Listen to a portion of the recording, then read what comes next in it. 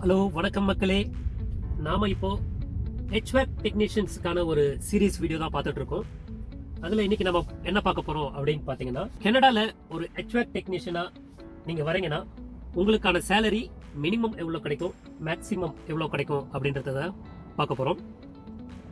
நீங்க வந்து ஆல்ரெடி இந்தியால ஒர்க் பண்ணிட்டு இருக்கீங்க, இல்ல வேற ஒரு கண்ட்ரில ஒரு HVAC டெக்னீஷியனா ஒர்க் பண்ணிட்டு இருக்கீங்க அப்படிங்கன்னா, நீங்க கனடாவுக்கு மூவ் ஆகுறீங்கன்னா என்ன ரீசனுக்கு மூவ் ஆகுறீங்க?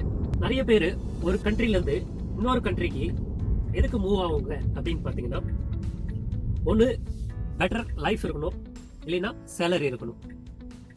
என்ன பொறுத்த வரைக்கும் ஒரு 80 to 90% ஆஃப் த பீப்புள் வந்து பாத்தீங்கன்னா ஒரு கண்ட்ரில இருந்து இன்னொரு கண்ட்ரிக்கு அவங்க ஏன் எமிகிரேட் ஆகுறாங்க அப்படின்னு பாத்தீங்கன்னா சேலரி தான். ஏன்னா நீங்க வாங்குற சேலரியோட இப்போ நீங்க மூவ் ஆக போகிற கண்ட்ரியா இருக்கட்டும் இல்ல ஒரு சிட்டியா இருக்கட்டும், ஃபர்ஸ்ட் நீங்க வந்து உங்களுக்கு சேலரி வந்து அது பெனிஃபிட்டா இருக்கா அப்படின்னு கண்டிப்பா பாப்பீங்க. அப்படி பெனிஃபிட்டா இருந்தா மட்டும்தான் 80 to 90% ஆஃப் த பீப்புள் வந்து பாத்தீங்கன்னா அவங்களோட ஜாபை வந்து ஒரு பிளேஸ்ல இருந்து இன்னொரு பிளேஸ்க்கு மூவ் பண்ணுவாங்க. நீங்க கனடாக்கு ஒரு இமிகிரேட்டா நீங்க மூவ் ஆக போறீங்கன்னா, நீங்க இப்போ உங்க கண்ட்ரில இல்ல நீங்க இப்போ ஒர்க் பண்ணிருக்க கண்ட்ரில உங்களுக்கு எவ்வளவு சேலரி தராங்க, அதே போஸ்டிங்க்கு இல்ல அதே ஜாப் டைட்டிலுக்கு நீங்க கனடாவுக்கு மூவ் ஆனீங்கன்னா உங்களுக்கு எவ்வளவு சேலரி கிடைக்கும் அப்படின்றத வந்து நீங்க உங்களோட ஃபர்ஸ்ட் பேஸ், அதாவது நீங்க ஒரு கண்ட்ரிக்கு மூவ் ஆகுறீங்க அப்படின்னும் போது உங்களோட ஃபர்ஸ்ட் பேஸ்லயே வந்து இதெல்லாம் நீங்க இந்த டேட்டாவை கலெக்ட் பண்ணி வச்சுக்கணும். இதுல வந்து உங்களுக்கு பெனிஃபிட்டா இருக்கு, அதாவது நீங்க கனடா மூவ் பண்ணீங்கன்னா உங்களுக்கு ஒரு நல்ல ஒரு பெனிஃபிட் இருக்கு அப்படின்னு தெரிஞ்சா மட்டும்தான் கனடா மாதிரி கண்ட்ரிஸுக்கு நீங்க எமிகிரேட் ஆகணும். நான் இதுக்கு முன்னால இந்தியா கல்ஃப் கண்ட்ரீஸ்ல எல்லாம் ஒர்க் பண்ணிருக்கேன். அங்கெல்லாம் வந்து பாத்தீங்கன்னா சேலரி மோஸ்ட்லி அந்த கம்பெனி தான் டிசைட் பண்ணும். ஆல்சோ அந்த கம்பெனியோட போர்ட்ஃபோலியோ எப்படி இருக்கு அப்படின்றத வச்சு தான் அவங்க எம்ப்ளாயிஸ்க்கான சேலரி அவங்க டிசைட் பண்ணுவாங்க. இப்போ நீங்க வந்து இந்தியால ஒரு சின்ன கம்பெனியில் ஒர்க் பண்ணீங்கன்னா உங்களுக்கு சேலரி வந்து பாத்தீங்கன்னா ரொம்ப கம்மியாக தான் இருக்கும். அதே இப்போ வந்து ஒரு நல்ல ஒரு ஸ்டாண்டர்டான கம்பெனி அவங்க கிட்ட வந்து பாத்தீங்கன்னா சேலரி ரொம்பவே ஜாஸ்தி இருக்கும். நீங்க ஒரு HVAC டெக்னீஷியனா ஒரு நார்மல் HVAC கம்பெனியில் ஒர்க் பண்ணும்போது, நான் எக்ஸாம்பிளுக்கு சொல்றேன், மந்த்லி நீங்க வந்து ஒரு 10,000 தான் வாங்குறீங்க அப்படின்னா, அதே ஒரு HVAC டெக்னீஷியன் வந்து நல்ல ஒரு வோல்டாஸ் மாதிரி பெரிய டீலர் கிட்ட ஒர்க் பண்ணும்போது அவங்களோட சேலரி வந்து பாத்தீங்கன்னா 30 to 50,000 இருக்கும். அதாவது 3 to 5 டைம்ஸ் உங்களோட சேலரி அவங்க ஜாஸ்தியா வாங்கிட்டு இருப்பாங்க. ஆனா கனடால வந்து பாத்தீங்கன்னா சேலரி வந்து கனடியன் கவர்மெண்ட் தான் எந்தெந்த பொசிஷனுக்கு இவ்வளவு சேலரி தரணும் அப்படின்றத டிசைட் பண்றாங்க. நீங்க வந்து ஒரு HVAC டெக்னீஷியனா பெரிய சிட்டில ஒர்க் பண்ணாலும் சரி, சின்ன சிட்டில ஒர்க் பண்ணாலும் சரி, உங்க பொசிஷனுக்கு ஒரு சேலரி ரேஞ்ச் வச்சிருப்பாங்க கனடியன் கவர்மெண்ட். வித் இந்த சேலரி ரேஞ்சுக்குள்ள தான், அதாவது ஒரு மினிமம் மேக்ஸிமம் சேலரி ரேஞ்ச் இருக்கும், அதுக்குள்ளதான் வந்து பாத்தீங்கன்னா உங்களுக்கு அந்த எம்ப்ளாயர் சேலரி கொடுக்கணும். அந்த எம்ப்ளாயர் வந்து பெரிய பிசினஸா இருந்தாலும் சரி, சின்ன பிசினஸா இருந்தாலும் சரி, உங்களுக்கு வந்து சேலரி பாத்தீங்கன்னா என்ன கனடியன் கவர்மெண்ட் HVAC டெக்னீஷியனுக்கு ஓவரால் கனடா ஃபிக்ஸ் பண்ணியிருக்காங்களோ அந்த சேலரி தான் வந்து பாத்தீங்கன்னா உங்களுக்கு கிடைக்கும். ஃபார் எக்ஸாம்பிள் இப்போ எங்கிட்ட வந்து பாத்தீங்கன்னா jobbank.ca, அதாவது கனடாவோட ஜாப் பேங்க் வெப்சைட்ல இருந்து எடுத்திருக்க டேட்டா தான் இது. இந்த டேட்டால இங்க இருக்கிற ஒரு 13 ப்ரொவின்ஸ்ல HVAC டெக்னீஷியன்ஸ்க்கு மினிமம் சேலரி எவ்வளவு தரணும், மேக்ஸிமம் எவ்வளவு தரணும் அப்படின்ற ரேஞ்ச் தான் வந்து பாத்தீங்கன்னா இங்க இந்த டேட்டால போட்டிருக்காங்க. அப்படி நீங்க ஒரு HVAC டெக்னீஷியனா மினிமம் ஒரு 5 years எக்ஸ்பீரியன்ஸ் வச்சிருக்கீங்க அப்படின்னா உங்களுக்கு வந்து இப்ப நாம பார்க்க போற இந்த சேலரி ஸ்ட்ரக்சருக்குள்ளதான் உங்களுக்கு இந்த கண்ட்ரில சேலரி கிடைக்கும்.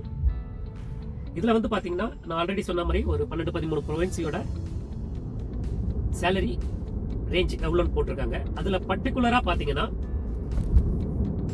அல்பர்டா அண்ட் சஸ்கெச்சுவான், இந்த ரெண்டு கண்ட்ரில தான் வந்து பாத்தீங்கன்னா minimum salary around $21 to 63 cents, அதாவது ஒரு $22 தான் அல்பர்டாலையும் சஸ்கெச்சுவான்லயும் HVAC டெக்னீஷியன் வந்து அவங்களோட ஸ்டார்டிங் கேரியர்ல வாங்குறதா இந்த ரெண்டு ப்ரொவின்ஸ்ல போட்டிருக்காங்க.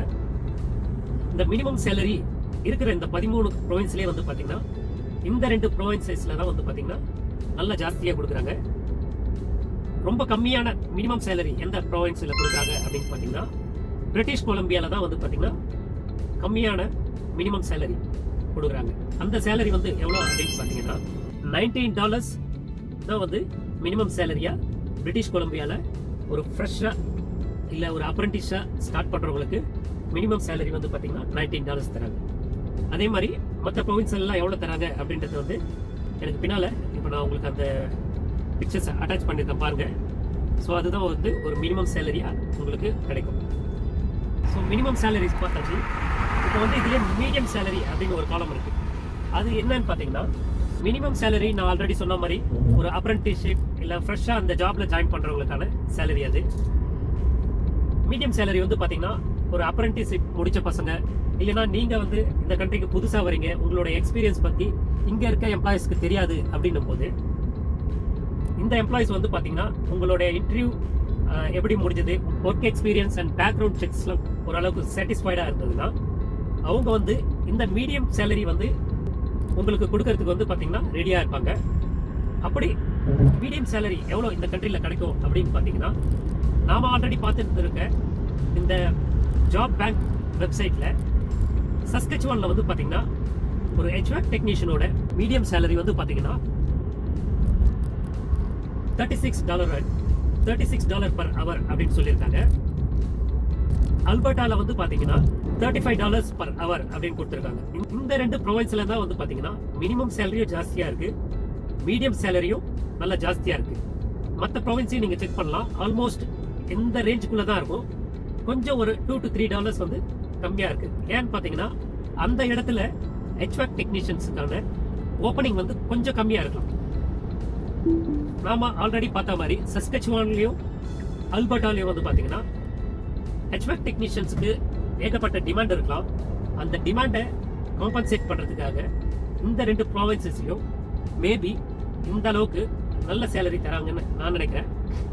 அதே மாதிரி வந்து பார்த்தீங்கன்னா மேக்ஸிமம் சேலரி, நீங்கள் வந்து ஒரு சூப்பர் டெக்னீஷியனாக இருக்கீங்க, உங்களுக்கு எல்லா ஜாபும் தெரியுது, ஒரு HVAC யூனிட்டை உங்ககிட்ட கொடுத்தா A to Z உங்களால் வந்து கமிஷன் பண்ண முடியும், ட்ரபிள் ஷூட் பண்ண முடியும், இல்லைன்னா வந்து அதை எப்படி அப்கிரேட் பண்ணணும் அப்படின்ற பற்றின நல்ல ஒரு ஸ்கில் உங்ககிட்ட இருக்கு. அந்த நாலேஜை வந்து நீங்கள் உங்களோட எம்ப்ளாயருக்கு நீங்கள் ப்ரூஃப் பண்ணீங்கன்னா அந்த எம்ப்ளாயர் உங்களுக்கு மேக்ஸிமம் எவ்வளோ சேலரி தரலாம் அப்படின்றத வந்து இந்த மேக்ஸிமம் சேலரி ப்ரைஸ் வந்து சொல்லியிருக்காங்க. இதெல்லாம் வந்து பார்த்தீங்கன்னா ஜஸ்ட் ஒரு டேட்டா தான்.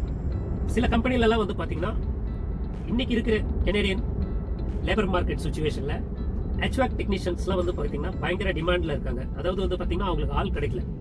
ஸோ அப்படி ஆள் கிடைக்காத போது நீங்கள் வந்து உங்களோட டேலண்ட்டை ப்ரூவ் பண்ணி நீங்கள் வந்து ஒரு நல்ல ஒரு டெக்னீஷியன் அப்படின்னு உங்கள் எம்ப்ளாயருக்கு உங்களால் ப்ரூவ் பண்ண முடிஞ்சதுன்னா இங்கே இப்போ மேக்ஸிமம் சேலரி வந்து எந்த ப்ரொவின்ஸில் ஜாஸ்தி சொல்லியிருக்காங்க அப்படின்னு பார்த்தீங்கன்னா அகைன் அல்பர்ட்டா தான் வந்து பார்த்தீங்கன்னா ஜாஸ்தி $52 per hourக்கு அவங்க போட்டிருக்காங்க. அதே மாதிரி செகண்ட் வந்து பார்த்தீங்கன்னா பிரிட்டிஷ் கொலம்பியா வந்து செகண்ட் $47 per hour தரதான் போட்டிருக்காங்க. ஸோ இது வந்து ஒரு ஜஸ்ட் டேட்டா தான். நான் முன்னவே சொன்ன மாதிரி உங்களுடைய ஸ்கில் அண்ட் எக்ஸ்பீரியன்ஸ் சூப்பராக இருந்துச்சுன்னா உங்களோட எம்ப்ளாயர்ஸ் இதை விட உங்களுக்கு ஜாஸ்தியாக சேலரி தரத்துக்கு வந்து இப்போ இருக்கிற மார்க்கெட் சுச்சுவேஷனில் மோர் தென் $60 கூட தரத்துக்கு சில எம்ப்ளாயர்ஸ் ரெடியாக இருக்காங்க. அதெல்லாம் வந்து நீங்கள் உடனே ஜாயின் பண்ண உடனே உங்களுக்கு $60 கிடைக்குமாலாம் கேட்டிங்கன்னா ஒரு கொஷின் மார்க் தான்.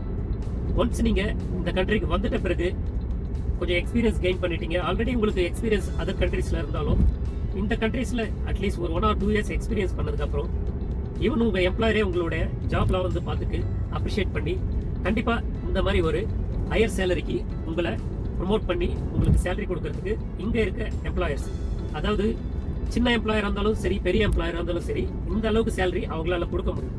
ஏன்னு பார்த்தீங்கன்னா HVAC டெக்னீஷியன் ஆல்ரெடி டிமாண்ட் ஜாப்னு சொல்லியிருக்கேன். அது மாதிரி நிறைய பிஸ்னஸ் வந்து பார்த்தீங்கன்னா அவங்களுக்கு ஒரு ரிலையபிளான ஒரு கான்ட்ராக்டர், ஒரு HVAC கான்ட்ராக்டர் கிடைக்கிறது இல்லைங்களா? ஸோ அது மாதிரி வேற கான்ட்ராக்டர் அவங்க அப்பப்போ மாற்றிக்கிட்டே இருக்காங்க. இப்போ உங்களோட கம்பெனி சின்ன கம்பெனியாக இருந்தாலும் ஒரு நல்ல சர்வீஸ் கொடுக்கும்போது உங்களுக்கு வர அந்த கிளைண்ட் உங்களை விட்டு போக மாட்டாங்க. அப்படி போகாத பட்சத்தில் உங்கள் ஓனர் வந்து பார்த்தீங்கன்னா உங்களை மாதிரி ஒரு டேலண்டடான ஸ்கில் பீப்புளை மெயின்டைன் பண்ணுறதுக்கு இதில் நம்ம பார்த்த மாதிரி ஹை சேலரியும் நீங்கள் வாங்குறதுக்கு சான்சஸ் வந்து ரொம்பவே அதிகமாக இருக்குது. இந்த வீடியோ பார்க்குற நீங்கள் வந்து HVAC டெக்னீஷியனாக தான் இருக்கணும்னு அவசியம் இருக்காது, நீங்கள் வேற ஒரு டெக்னீஷியனாக கூட இருக்கலாம். அப்படி வீடியோ பார்க்குற எல்லாருமே நீங்கள் எந்த கண்ட்ரியில் என்ன டெக்னீஷியனாக இருக்கீங்க, இப்போதைக்கு எவ்வளோ சேலரி வாங்குறீங்க அப்படின்றத பற்றி கீழே கமெண்ட் பாக்ஸில் எழுதுங்க. நாங்கள் அப்படி வர ஒரு 100 கமெண்ட்ஸ்லேருந்து 5 to 10 டெக்னீஷியன்ஸை செலக்ட் பண்ணி அவங்கள ஒரு வீடியோ காலில் இன்டர்வியூ பண்ணி அவங்களுக்கான ஆப்பர்ச்சுனிட்டிஸ் எப்படிலாம் இருக்கும் கனடாவில் அப்படின்றத பற்றி ஒரு full and full discussion video record பண்ணி இந்த சேனலில் அப்லோட் பண்ணுறோம். ஸோ தட் ஆஸ் எ டெக்னீஷியனாக அது உங்களுக்கும் யூஸ் ஆகும், உங்களை மாதிரி இருக்க அதர்ஸ் டெக்னீஷியனும் அதை பார்த்தாங்கன்னா உங்களுடைய எக்ஸ்பீரியன்ஸும் அவங்களுக்கு ஹெல்ப்ஃபுல்லாக இருக்கும். ஸோ தட் கமெண்ட் பாக்ஸில் மறக்காமல் நீங்கள் என்ன டெக்னீஷியன், எவ்வளோ சேலரி வாங்குறீங்க, எந்த கண்ட்ரியில் இருக்கீங்க அப்படின்றத மறக்காமல் கீழே எழுதுங்க. தேங்க்ஸ் ஃபார் வாட்சிங் this video. See you on next video.